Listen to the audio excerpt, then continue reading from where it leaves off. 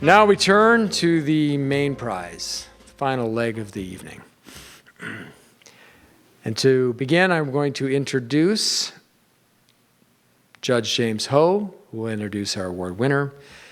Judge Ho is a United States Circuit Judge on the United States Court of Appeals for the Fifth Circuit, appointed by President Donald Trump in 2018.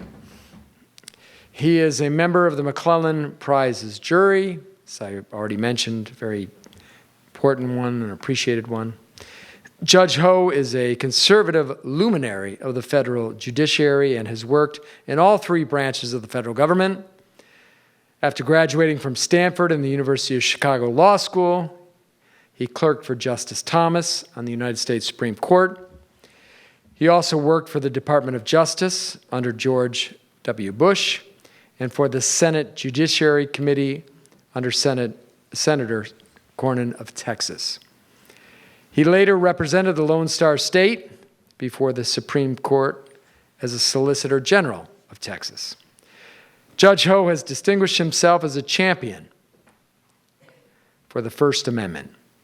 He is well known and revered, and I always find this particularly wonderful and attractive about Judge Ho. He is revered as an attentive mentor to his clerks, who he actively encourages to pursue work that promotes religious liberty, free speech, and constitutional rights, not just when he's, when they're his clerks, but even long afterwards. He keeps in touch and contact, and he's wonderfully attentive to their lives, their families, their directions, and is the best of that, important word, mentor, which we underappreciate, I think.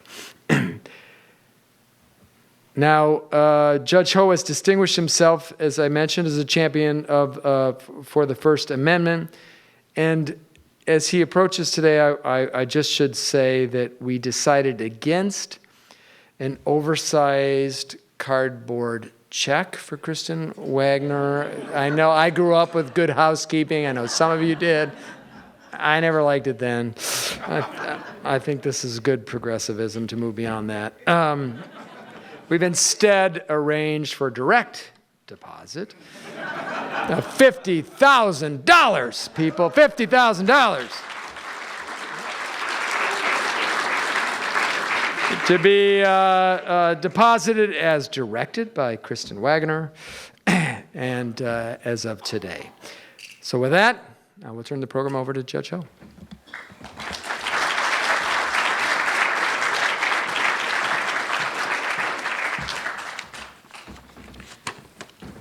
Thank you, Jeff, for that very generous and lovely introduction. I am delighted to serve on the jury for the Richard D. McLellan Prize and honored to be associated with the Russell Kirk Center. It's often said that popular speech doesn't need protection. It's only when speech is unpopular, when speech is deemed offensive or troublesome to those who hold the reins of power. It's only then that you need the First Amendment. Well, today that often means protecting religious speech. One constant theme that you can find permeating a number of recent First Amendment cases is that religious speech is unpopular speech. Of course, that should come to no surprise to people of faith. It's been true for millennia. In the Gospel of John, chapter 15, Jesus reminds the disciples that if the world hates you, keep in mind that it hated me first. If you belong to the world, it would love you as its own. As it is, you do not belong to the world. I have chosen you out of the world, and that is why the world hates you. Our McLellan Prize winner this year is all too familiar with this biblical principle. She has dedicated much of her career and her talents to defending those who hold views that are sometimes hated by the people in charge. In case after case, she has defended unpopular religious views in courts all around the country. She's personally argued 3 cases before the U.S. Supreme Court, and she won all 3 by a combined total of 21-6. In 2018, she successfully defended Jack Phillips, a devout Christian who owns a Colorado bakery called Masterpiece Cake Shop. Mr. Phillips honors God by serving every customer who walks into his store.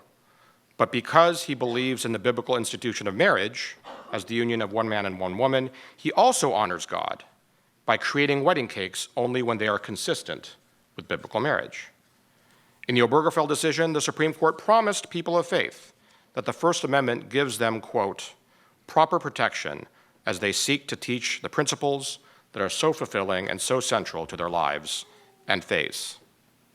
Despite that assurance, however, the state of Colorado told Jack Phillips that he was required to use his artistic skills to express views contrary to his conscience, even though Colorado repeatedly protected the right of other bakers to refuse to create cakes with messages that they disagreed with. Jack Phillips lost at every stage in the lower courts. But our McLellan Prize winner tonight not only convinced the U.S. Supreme Court to take the case, she won a remarkable 7-2 ruling for her client. She then expanded on that victory 5 years later when she argued before the U.S. Supreme Court in the 303 Creative case, this time involving a Christian graphic artist and website designer. That decision made clear that government officials cannot force individuals to speak in ways that defy their conscience. She also represented an evangelical Christian student at Georgia Gwinnett College who just wanted to share his faith by handing out religious literature and engaging with interested students at an outdoor plaza on campus. In that case, she faced two unfortunate tactics that we, frankly, see all too often from lawyers and judges in cases like this. First, they insult the speaker, and second, they invent procedural problems in an effort to avoid protecting speech. These tactics worked in the lower courts. At one point, the college's lawyers even accused the student of engaging in fighting words before they later withdrew that accusation. The lower court judges nevertheless unanimously sided against the student. But once again, our McLellan Prize winner tonight convinced the Supreme Court to take the case, and this time she won a reversal by an 8-1 margin. Moreover, she's not just a defender of free speech, she's also a victim of the free speech wars, both personally and institutionally. In 2022, a mob of law students at Yale Law School prevented her from speaking. Ironically, she had been invited to campus to talk about free speech. But a swarm of angry students disrupted the event and physically threatened her, as well as the students who organized that event. She eventually had to be escorted out of the classroom and out of the school by the police. She's also had to deal with tech companies and other service providers that have tried to deplatform her organization, the Alliance Defending Freedom. I understand that those efforts ceased not long after the election last November. During her years on this earth, Ruth Bader Ginsburg didn't just argue for equality for women before the Supreme Court. She was also a victim of inequality herself. Similarly, our prize winner tonight has defended freedom of speech in every possible way one can imagine, in the courtroom, in the classroom, and against corporate aggression. So you might say that she is the Ruth Bader Ginsburg of the First Amendment.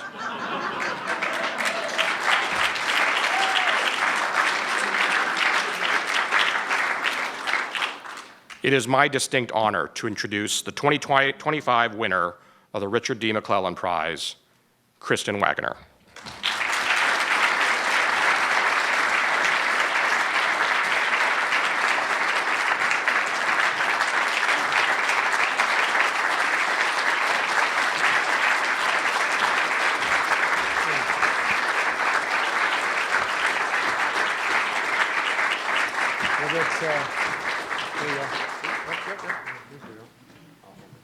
The slow one's getting here, so. All right, can we move slightly, just slightly move over. More? All right, we're good. All right, One page, that's all good. all right.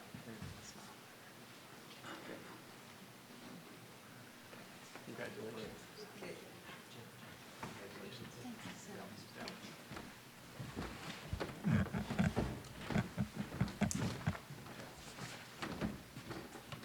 Good evening. Thank you so much, Mr. McLellan, for the honor of this evening and this award. I'm so grateful.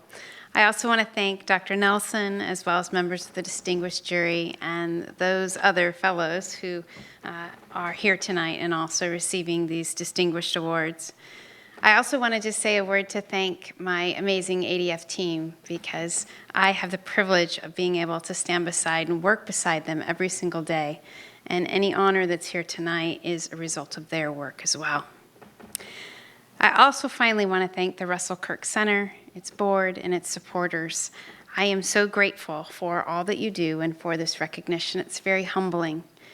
But most importantly, I want to express my deep gratitude for your ongoing investment in promoting, advancing, and teaching the permanent things to the next generation.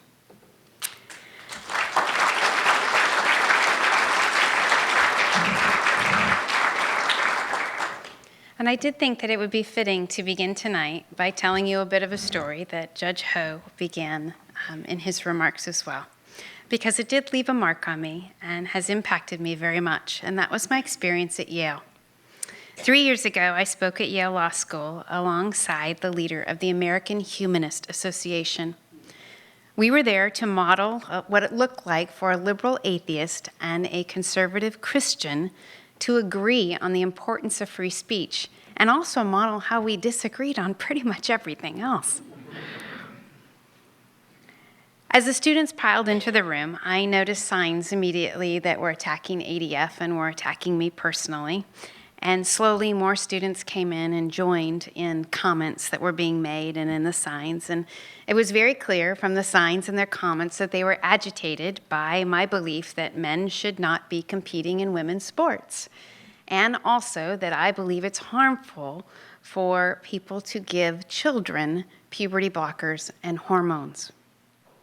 That was not the subject of discussion that day. It was supposed to be about the importance of being able to debate those topics and others as well. As the hostility grew in the room, so did the crowd.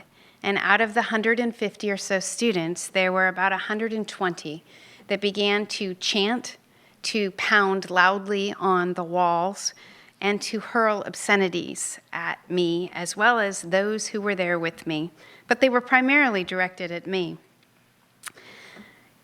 The hostility grew and the noise grew so loud that it even disturbed the nearby classes, the exams, as well as faculty meetings, many of which had to be actually dismissed completely and canceled. So as I was sitting there waiting to take my turn to speak and the event was going to begin, someone passed me a folded piece of paper in that moment. I didn't see who it was, but I have to tell you now, I can say that my legs were shaking under that table. My hands were shaking and my heart was pounding, and I was afraid. And I hadn't ever experienced that before in that way.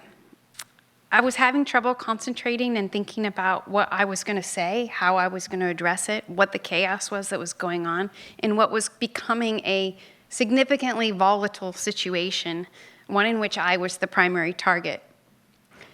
So I opened up that folded piece of paper, and it was a typewritten note with no signature on it. And it had Jesus' words, not ironically, from John 15. We didn't plan this tonight. If the world hates you, understand that it hated me first. As it is, you do not belong to the world, but I have chosen you out of the world. And underneath that scripture, it said, keep the faith, good luck. I have to tell you that in that moment, I felt an unusual peace in my heart. As I stood to share the message, the students were still screaming the obscenities. They were still pounding on the walls. They were blocking the exits and the doors. But that scripture and that voice turned my heart to a different place. And I found myself thinking and praying throughout those moments, help them to see your love, God. Help them to see your light. Help them to see your truth in me. Don't let me be the obstacle here. And I don't know if they actually did see that day, but I do know that my fear subsided, and I felt great compassion for those students in that moment. Even when we were escorted out by the police into the back of a patrol car, the first and last time I hope to be in one. A patrol car that in that moment had to actually be driven up on the sidewalk as close to the building as possible. I still think a lot about that day, as you can tell I'm sharing now, but I also think about it because I think it's instructive of the current moment. We're living in a moment where it's reported that about 1/3 of college students say that it's acceptable to use violence to stop speech and ideas that you dislike. A moment when censorship has reached a tipping point in America and around the world. But tonight I want to remind you it's also a moment of responsibility and calling, not just to defend speech for speech's sake, but to use it to share truth and to encourage virtue. And I respect that there are people in this room that see this responsibility differently than I do. There are many philosophical and political viewpoints that are represented here tonight. And that's true on the jury prize as well. I think of my friend Nadine Strassen. She and I are on very different sides of the political spectrum, yet we are deeply aligned on defending each other's right to be able to speak freely. The diversity that we have in this room is something that we should celebrate. Because you see, we can debate all day long about whether speech is an intrinsic good or an instrumental one. We can talk about where the line should fall on access to pornography, on incitement or obscenity. But the simple fact that we are able to have those conversations, those can only happen in a culture that aims to protect speech. So it is from this starting point of common cause and of mutual respect that I would like to share where I come from on the right of free speech and how we are called to exercise it in this moment. For me, the right of free speech doesn't come from the First Amendment. It comes from God. Scripture exhorts Christians to open your mouth for the mute, for the rights of all who are destitute. Open your mouth and judge righteously. Proverbs 31, 8-9. And it also tells us that our job is to contend for the faith that was once for all delivered to the saints. So what does this tell me? Well, it tells me that speech is not a good in and of itself, but it is a tool that is given to us by God. And though the right to exercise belongs to all of us, the way we exercise it matters enormously. At ADF, protecting speech is one of our very highest priorities because it is the prerequisite to our mission. To keep the door open for the gospel by advancing every person's God-given right to live and speak the truth. And that's what it comes down to for us. Speech is a tool for advancing truth. And all across America, truth is under attack. Our team at ADF sees the bitter fruit of it every day. A foster family who spent years caring for children, told that they are the health department's #1 choice to place newborns who are addicted to drugs, until that family says to the worker at the state, boys are not girls. And then the government revoked their license. A woman who escaped 20 years of sex trafficking and faced an unexpected pregnancy, then was targeted by her own state attorney general for telling women in similar situations how they can choose life and experience hope and healing.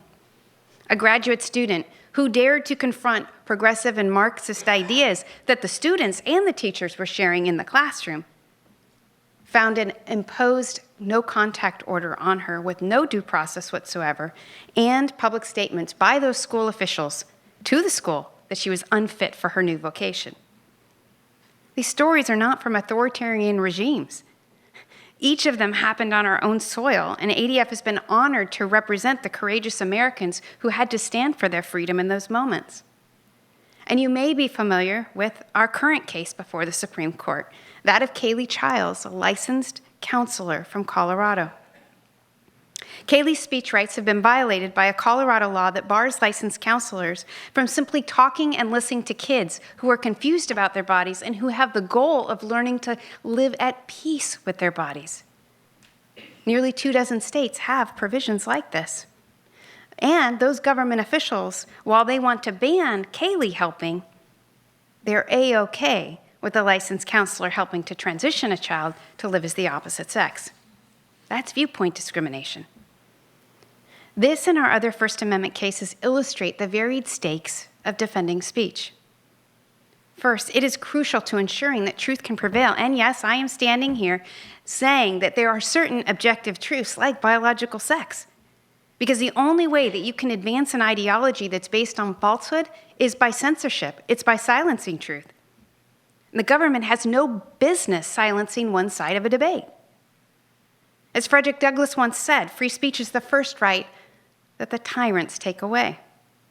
But there is also a second, equally important cause I want to mention tonight, and that is that the stories of our clients remind us that the real cost of censorship is actually deeply human. When we defend speech, we defend the right of every person, those we like, those we don't, those we agree with, those we don't, to live and to raise their families in accordance with their deepest held beliefs, whatever those are. And we live in a country that's founded on the right. Defending it is crucial to our family's sake, to the country's sake. But I want to remind you, it is also for the world's sake. I mentioned that free speech is at a tipping point, not just in America, but globally. At ADF, our U.S. and our international teams right now are combating global censorship as one of our top priorities. Take our client, parliamentarian Päivi Räsänen. She's not only a Finnish grandmother of 12, she is a member of parliament, she's the former Finland's Minister of Interior, and she's a medical doctor. And Päivi stands criminally charged for sharing her faith-based views on marriage and sexual ethics. She's been charged under Finland's War Crimes Act for doing this. Despite being unanimously acquitted 2 different times, prosecutors have continued to appeal the case, and we just had a hearing before the Finnish Supreme Court 3 weeks ago. We continue to pray for a favorable outcome. We also represent Adam Smith Connor, who was arrested for praying silently in front of a clinic as his son had been aborted years earlier. Last year, Adam became the first citizen of modern British history to be convicted of a thought crime. And Päivi and Adam are not alone. Europe and the UK are on a downward spiral of censorship right now. The UK's censorship zone law prevents free speech near abortion clinics, and even when people are praying in their own heads, and in some cases in their own homes, if they're too close to a clinic.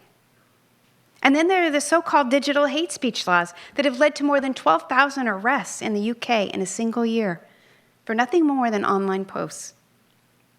And the EU is taking it a step further through the Digital Services Act, the most dangerous censorship regime of the digital age, and one with international implications. A report from the U.S. House Judiciary Committee confirmed that the DSA compels American social media companies to change their global policies, not just in Europe. And you may recall that last August, when Elon Musk planned to interview Donald Trump on X, it was actually Europe's Commissioner for Internal Markets that sent a letter to Musk threatening him with an extremely vigilant response for any negative effect of the interview in the EU. That speech between 2 Americans in America, streamed by an American company, becoming a target for censorship by European bureaucrats. Or we consider ADF's client, Chris Elliston. He's better known as Billboard Chris. He travels the world wearing sandwich boards emblazoned with simple truths like children are not born in the wrong body. And earlier this year, he posted an article on X referring to a WHO official with biologically accurate pronouns. Australian authorities got involved and ordered its removal. Supported by ADF, Chris successfully challenged the censorship, but I think it's important for you to understand that here was a Canadian citizen posting a British article on an American platform forced to defend his free speech rights in Australia. In our digital age, censorship anywhere has become a threat to free speech everywhere.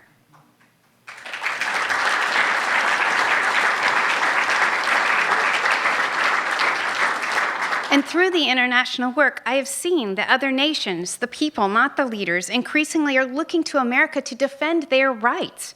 And so we may ask ourselves, well, where should they look? Should we look to Brussels? Should we look to London?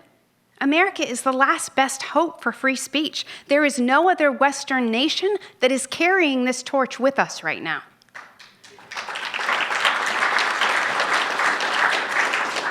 And that is why I hope to remind you tonight, for the supporters that are here, for those who are just simply interested, this is why the work here is so important. It's why the work of the Kirk Center is important, why fire is important, why universities are important, why institutions are important, because this work also has global implications. Because if America falls on the cause of free speech, so falls the world.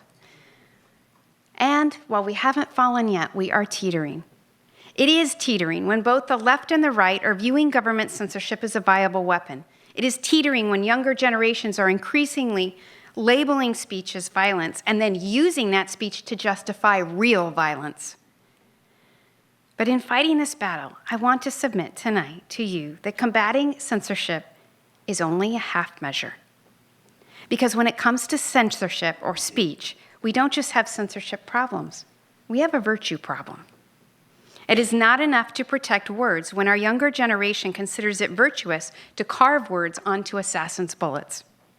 It is not enough to protect free speech when our idea of celebrating it is to promote white supremacists and anti-Semites without challenging those ideas. And it is not enough to teach our children about the value of debate, the importance of civility, or the genius of the First Amendment if we do not also help them understand between good ideas and bad ones, and that confronting bad ideas is a noble cause worthy of sacrifice.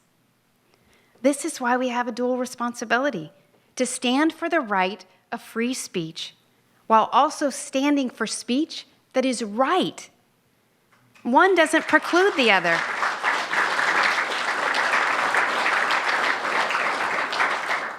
Russell Kirk said it this way: every right is married to a duty, and every freedom owes a corresponding responsibility.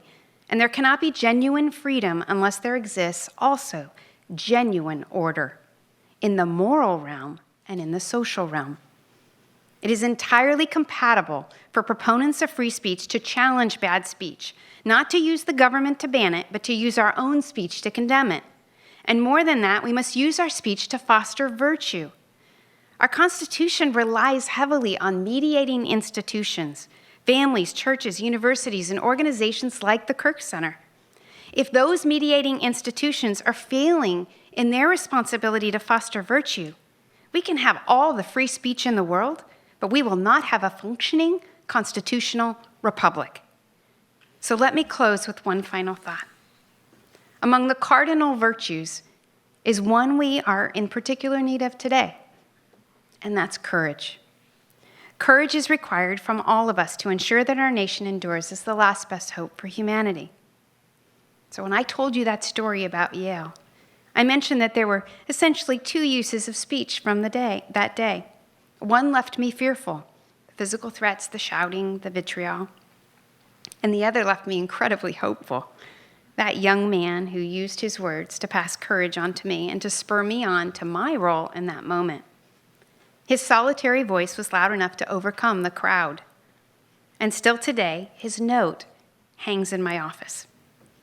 It's an everyday reminder to me that I must use my speech, as he did, to give courage to others, even when it might feel a little bit unpleasant, to people like Kaylee Childs. And I believe it is a lesson for all of us, that no matter how outnumbered we may feel in a moment, one voice can make the difference. After that experience at Yale, I felt called to go back.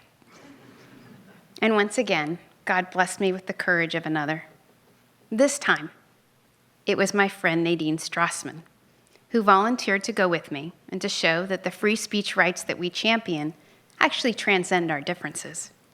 And what a blessing that was for me. And what a lesson I hope it was for those students. Free speech, indeed, is at a tipping point in America and around the world. And it is up to us, the people in this room, which way it will tip. So thank you again to Mr. McLellan and the Russell Kirk Center for this honor.